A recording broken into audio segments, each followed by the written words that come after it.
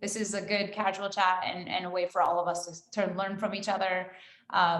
We're all figuring it out. No one is perfect here. That's why we started these calls in the first place. So that's the basis for it. Dave Boyce is joining us today from Winning by Design. He is the product-led lead over there. And so Dave, let me toss it over to you. You can kind of give some intro, and then let's just dive right into sort of some of the things that you're thinking about. What are you working on? What are you seeing out there? Cool. Thanks so much, Breezy. And good to meet all of you virtually. I'm excited about this call for a selfish reason, because I think it is an undisputed fact that there's more collective wisdom on this call than I'll ever accumulate. I believe there's and I'm 100% sure that there's more tactical knowledge on this call than I have, and the space is moving fast. And so I'm looking forward to getting actually thoughts and feedback from you guys. Here's kind of how I see the space, and then I've got 2 potential topic suggestions, and I'll hit send on them and send them through the chat in a second and have you guys vote. But my point of view is that in software, this will happen in other spaces beyond software, but in software today, I think product-led growth is a form of industrial revolution. If you think about it,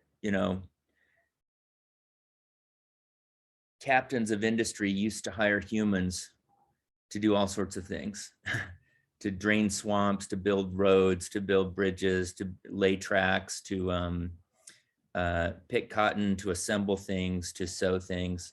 It was not a very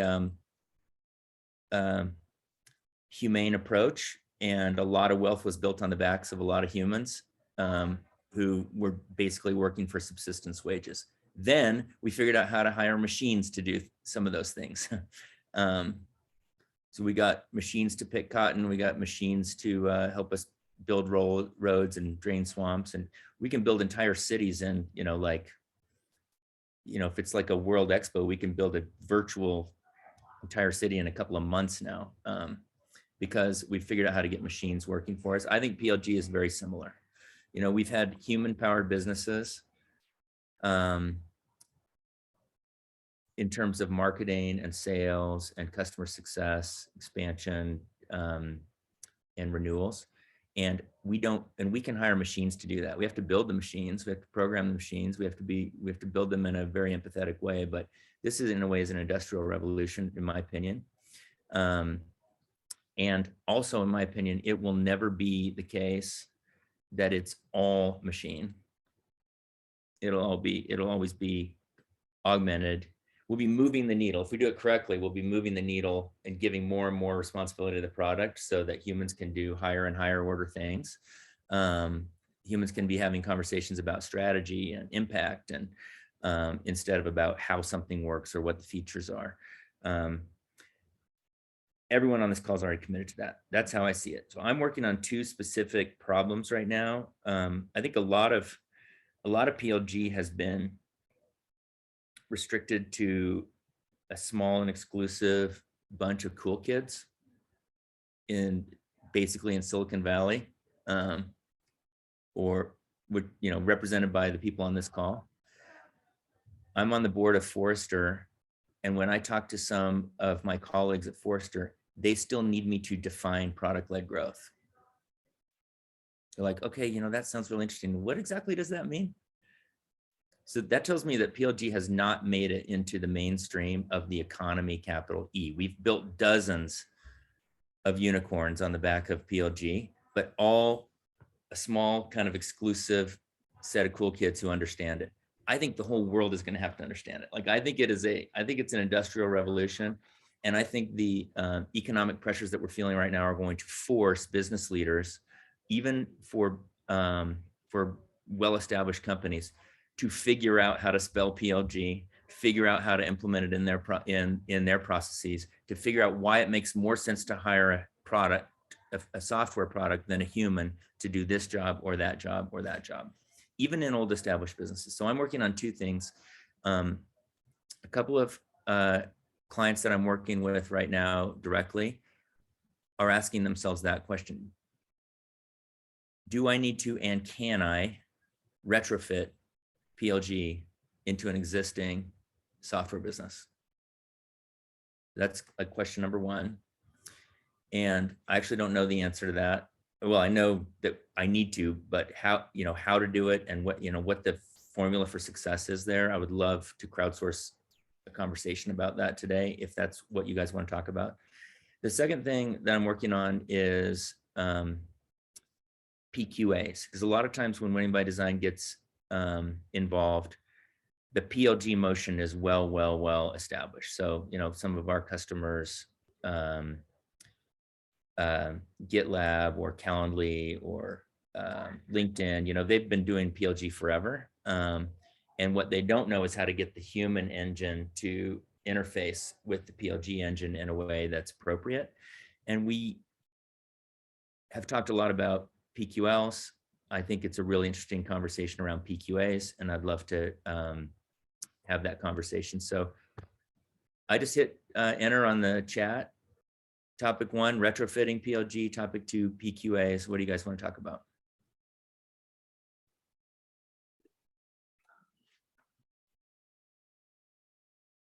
One, two. Product qualified account instead of a product qualified lead is PQA.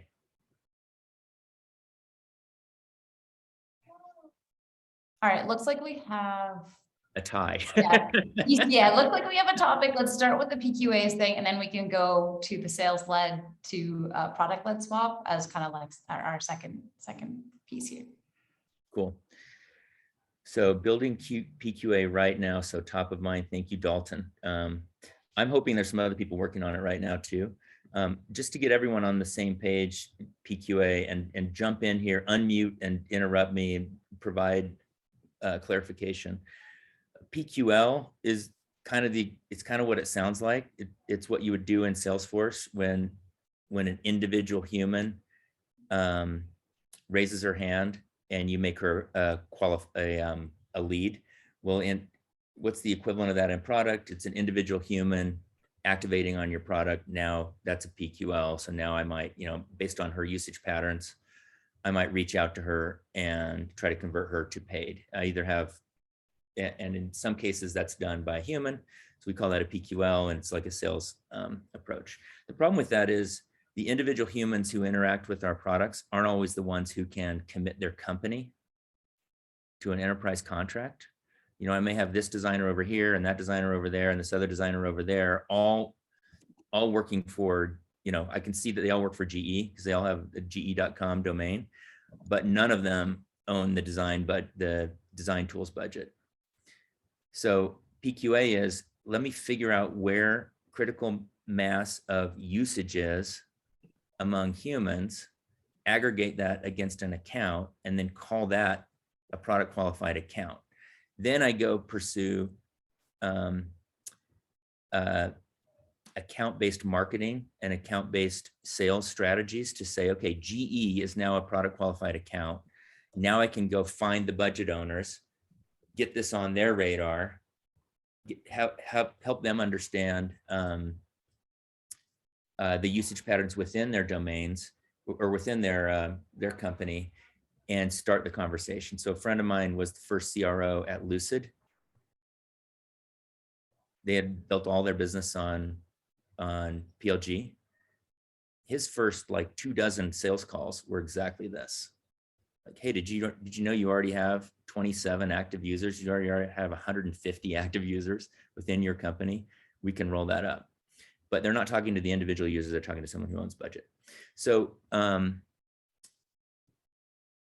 I would love for some brave person to tell us what you're doing on PQA and just get the conversation started.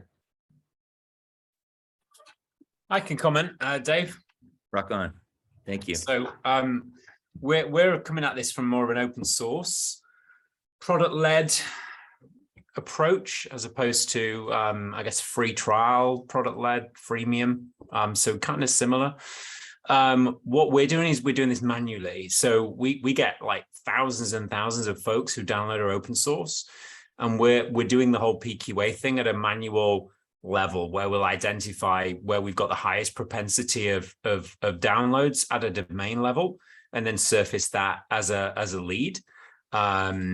What we're trying to figure out right now is the best path to surface that lead. You know, should it be in Salesforce? Should it be in Slack? We have quite high volume, so we're finding, you know, what's the right balance for what could be noise. So we're kind of going through that process.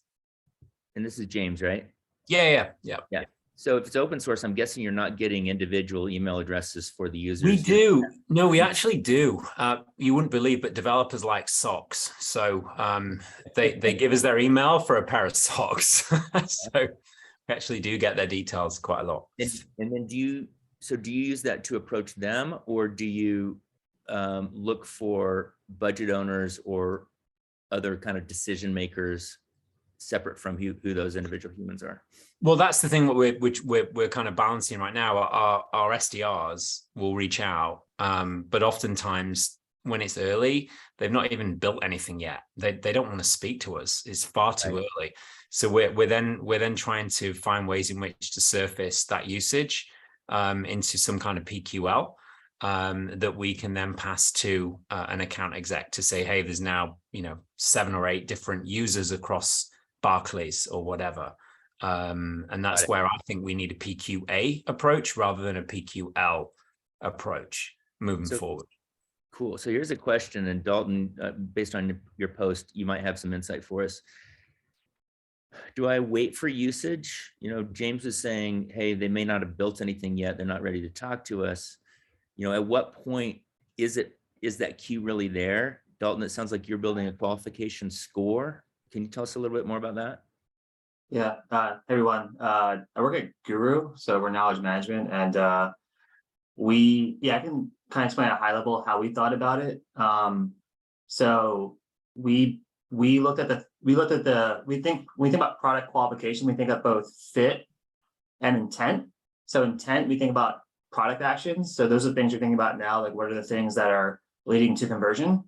So for us, it's like, how many users are you inviting, sources that you're using Guru with, cards. So we have that built into our score.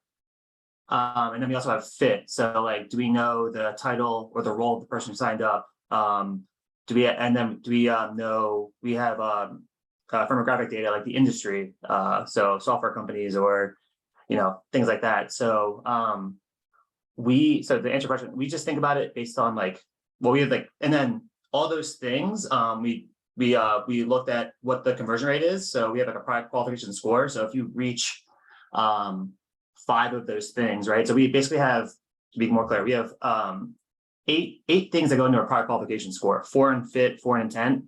And if you hit at least 5 of those, you're product qualified. And then we basically have like buckets of like how to actually go after the account, right? So if you have low fit but high intent, we're going to take more like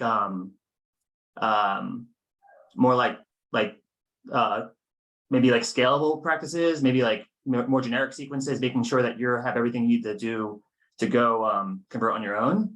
If you're high fit, high intent, like we want to make sure we're starting a sales process there. We want to make sure that we're multi-threading and reaching out to directors or other folks on the actual Guru account. And then if like you're high fit, low intent, we are like, we're trying to multi-thread, go outbound with SDRs and like make sure that we're like getting a call or offering resources to get that person to start using the product more, understand their use case. So that's kind of how we've kind of like bucketed it. And it's been super like helpful because there's so much you can do. So you need to like start like breaking it down by like by those types of things. So I love those 2 dimensions, and account-based strategies typically start with fit. Yeah. And then they're like, account-based strategies are typically outbound. So if you think about kind of traditional sales and marketing, I can wait for someone to come knock on my door, or I can go find the best fit companies for my product, and I can go start developing them, through an account-based, like a drip campaign or an outbound calling campaign or something. This is like the traditional way. So that's more of a fit thing. Intent is more obviously about the usage patterns. I'm working with DocuSign right now. It's no big secret that they got DocuSign got a ton of tailwinds from COVID, just people walking in the front door. High intent, high intent, high intent, high intent, raise my hand, digital signatures.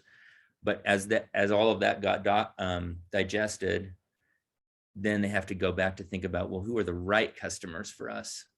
And that's where kind of this fit concept comes into play. Is anyone else balancing fit into your equation as you think about PQAs? Well, one quick thing I was going to add here that I think is interesting is that it's sort of like ingrained in our brain if you came from more of a sales-led traditional org, right? To think about, okay, what's the company size or what's the title or what are these sort of fit things? But what I think is like almost something we appreciate from most product-led orgs that sort of start that way is that they're primarily looking at intent within the product. And then where it makes sense, maybe segmenting out users to say, okay, these also have the fit, like sort of like what you were talking about Dalton, where, okay, these also have, the company size or if it's user level, the title fit or whatever it may be that kind of matches. But I think the important piece though is in my opinion, is to sort of segment out those users though, because there are going to be a good chunk of people who don't fit into what you think that your ideal is, but they can be very successful fully on their own. And so if you kind of give them the stage and the opportunity to use your product and get successful in that way, even without a lot of that assist motion in there, I think it's important to sort of leave the door open. The reason I even bring this up is because I've talked to a few product-led companies who are starting to try to almost disqualify people out based on fit, which scares me a little bit. I think that's kind of the opposite of what we were trying to achieve 100%. Here in product-led space. 100%. Yeah, I'm working with another company that's this combines the two topics. They're retrofitting, and they're worried about that. Am I going to get a whole bunch of tire kickers, little, tiny non-fit companies? And I'm like, yes, you are. And you don't care. Yes, and you let them do what they need to do. Let them self-serve. Like, we don't care. Like, let them go do it. Yes, we're going to look for the ones that we can upsell, but just let the long tail run as long as your product's robust enough. So Mike, Esben, Jack, you guys said you are incorporating fit into kind of your equation. Has anyone gotten to the point where I can get usage from non-budget owners and then I can sell to a budget owner? Has anyone seen that at least once in your company? I can answer. Yes, for us, definitely. I think it happens kind of naturally. Actually, the user brings in the budget holder or decision maker and actually sometimes adds them to the account. We see a lot of the natural involvement happening, which I think is also the argument for why PLG works. The end users have more power today, so they will bring in the budget owners at some point. So we do see a lot of this natural introduction. And you work through the user to get to that budget owner, is that right? You don't go around the user, you go through the user? No, we never go around. We would never, I don't know, maybe we could try that, but I think that's like in sales, kind of going around the person you're talking to, right? Which is not always the best. So yeah, for us, it's actually a lot of natural introductions, and I think that shows the power of PLG, really, right? Like, that's why PLG is there. The user has much more power today, and they will bring in the budget holders in many cases. And sorry, just stick with you for a minute, but I'm really interested. Do you ask the user for the introduction, or is there a natural time in the usage of the product to when that introduction would get made? How does that linkage happen? I think they always drive it. The only time I would ask for an introduction is if they're hesitant, if they're showing a sign. Let's say they write back, yeah, we are super interested, we love the product, but I don't know how to get like buy-in for this, right? Then you can start supporting the customer. but in most other cases, the customer themselves will drive that process, or the user will drive that process. At least that's what I'm seeing. So it's only in those cases where they're showing a certain hesitation, or it's going to be really hard for me to get buy-in for this, right? Then you can give them advice, give them the tools they need to get the buy-in. Then it becomes more like a traditional sales process, right? In many ways. Right. And just one more question. Well, there's some interesting stuff going on in chat, but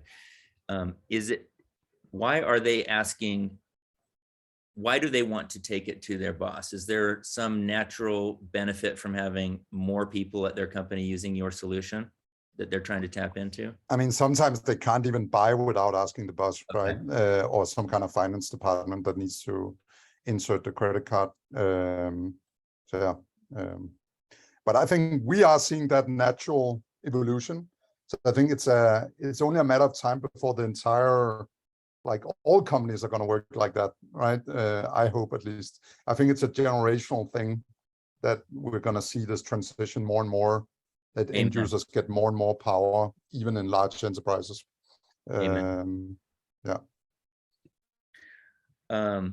Okay, so there's a couple people that say, well, there could be situations where I would go around, like maybe it's a natural roll up of existing pockets of usage.